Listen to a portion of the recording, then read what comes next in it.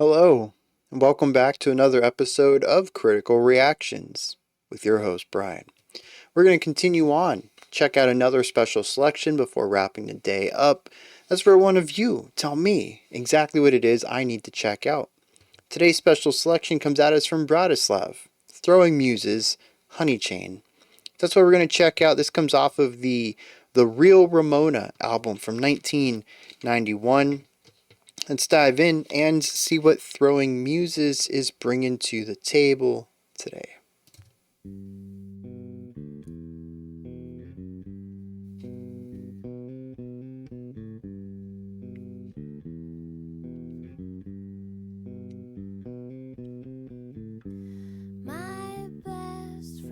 So you can feel this in a slow 4, 2, 3, 4, 1. But because of the guitar riff there at the end, I really want to feel it in groups of 3. 1, 2, 3, 1, 2, 3, 1, 2, 3, 1, 2, 3, 1, 2, 3, 1, 2, 3.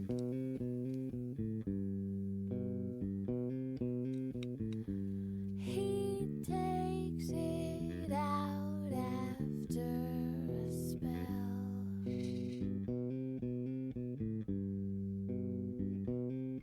Says see.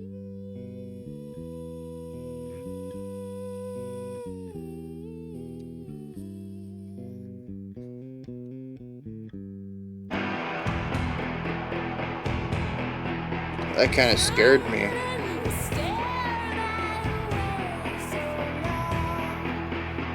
It's a very treble heavy guitar tone.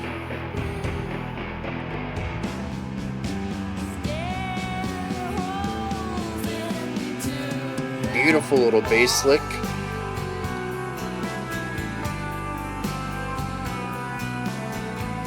Really interesting contrast between the two guitar tones, but I like it.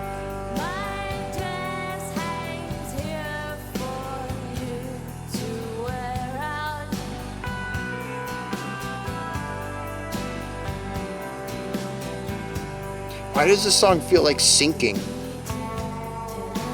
Like I could just fall into it.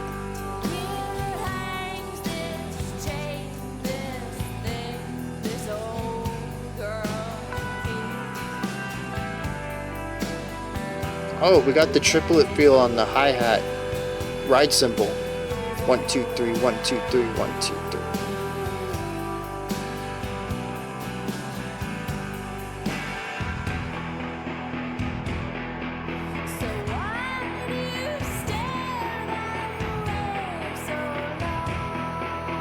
Those vocal cracks too.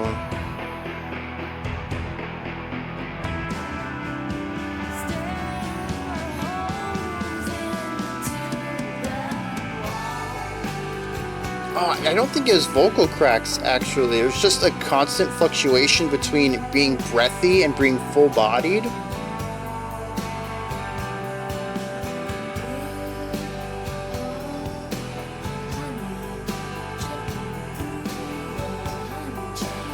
We have the vocals split, giving us this being surrounded by it rather than being directed at us.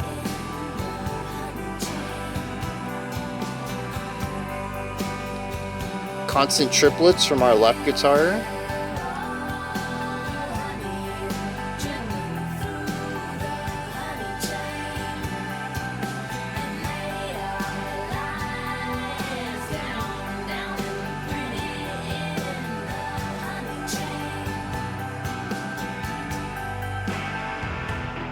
There's got to be 3, 4 guitars and then the bass. There's a lot of layers on this.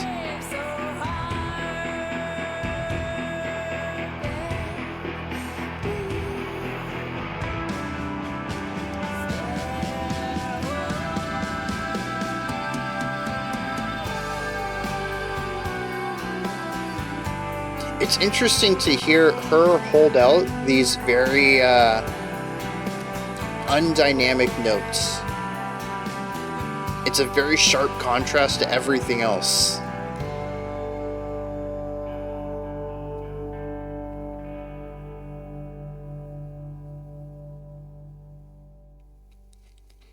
Yeah, so just to finalize that thought there.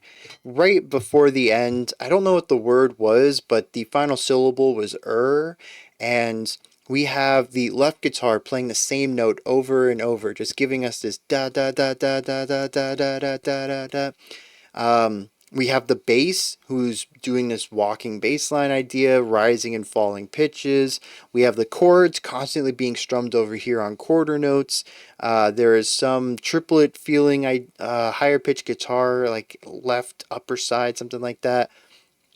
All of this rhythmic movement, everybody is continuously playing rigidity of rhythms. Like I said, one instrument's on quarter notes, one instrument's on triplets. Nobody's really doing any sort of syncopation, but they all have this constant movement. And then she just holds out this no vibrato, no variability to it, just hits the note and leans into that sound for an extended period of time against all of this other movement.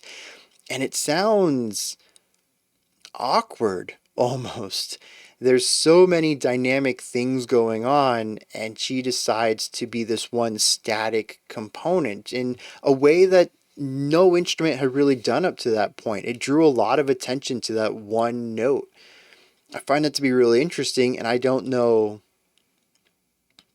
what went into the decision for it, but it grabbed my attention immediately. I was like, I wish I knew what the rest of that word was. I wish I knew what that sentence was, why we decided to make this shift in composition so late into the track. And I guess piggybacking off of that, I was only going to do that for a single section, but rhythmic stability is something we hear all over this song. Many instruments work within one rhythm, and they utilize it consistently.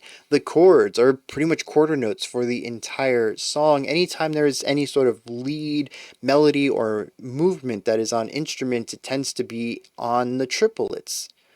And we have those two elements that get utilized primarily throughout this track, which is quarter notes and eighth note triplets.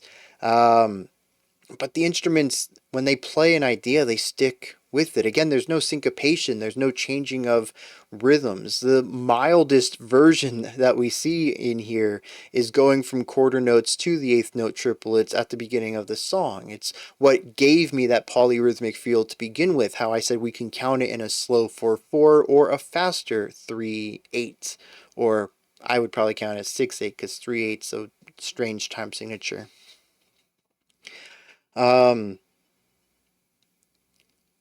And so there's just so much movement in this song. Nobody really ever decides to hold out a note.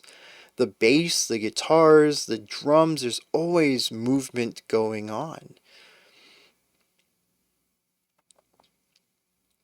And I guess that's really what makes that one note really stand out, because even the vocals tend to have momentum to them. They don't decide to stay on notes for very long at all. Occasionally you might hold out a note for 2 beats, but that's really it. And that's really what makes that final note, well, close to final note, stand out so much, is because nothing else has really stopped and allowed itself to breathe like that. And then it's allowed to be stagnant on top of that. No vibrato, no little changes. It's not a vocal run. It's just the note. It's interesting. I do like the general growth and layering on this track. We made it almost a quarter of the song with just the left pan guitar and the vocals, and I was kind of worried that that was going to be it. Maybe a small expansion on the idea. Maybe the bridge introduces another guitar or something like that, but it would have been fine. I really enjoyed the intro. It's one of those tracks, though, where I feel kind of bad doing a reaction to it because I like the song, but there just isn't a lot to that to speak about. Especially for a special selection, which somebody has paid for. So I'm glad the song ended up growing out of that. It kind of scared me when the electric guitars came in. That initial sound was exceptionally jarring, very unexpected. But once the acoustic guitar, or maybe just clean electric, came back in, everything started to make a bit more sense. And I enjoyed the varying timbres that we had.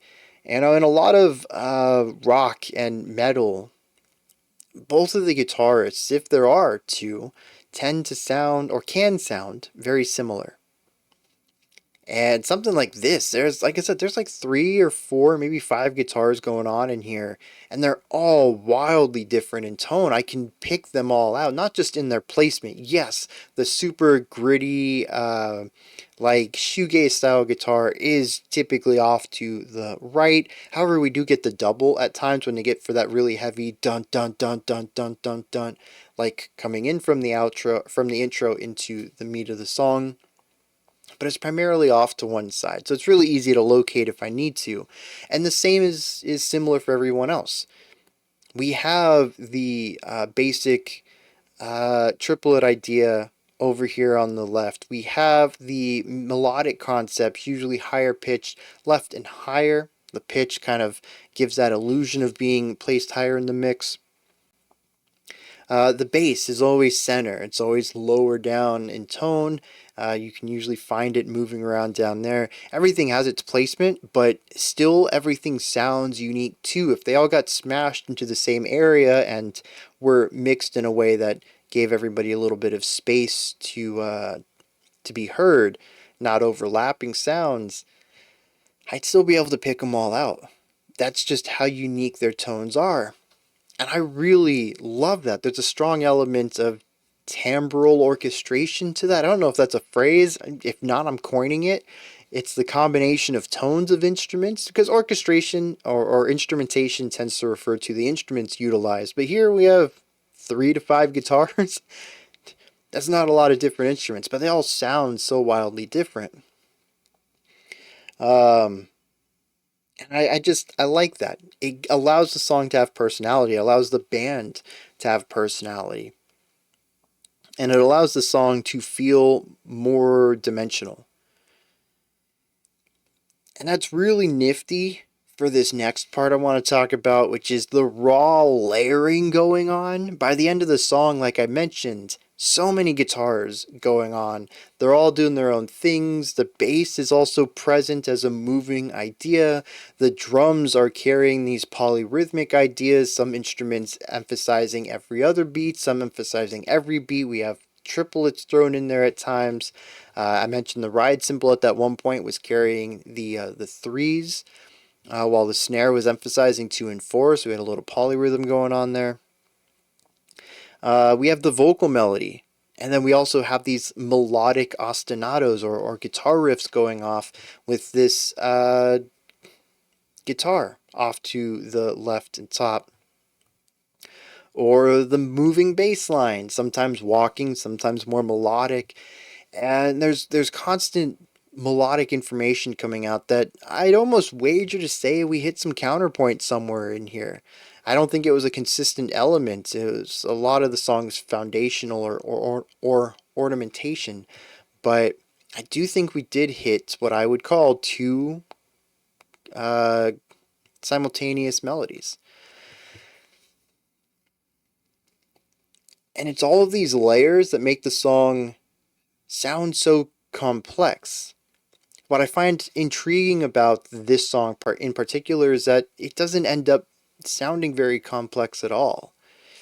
When I take in all the information and I'm thinking of all the lines and I'm trying to keep up with the drums, the multiple of guitars, the vocals, the bass, all the rhythms and melodies and little licks being played everywhere, it's difficult for me to grasp the entire thing, especially towards the end of the song when we had a lot of layers.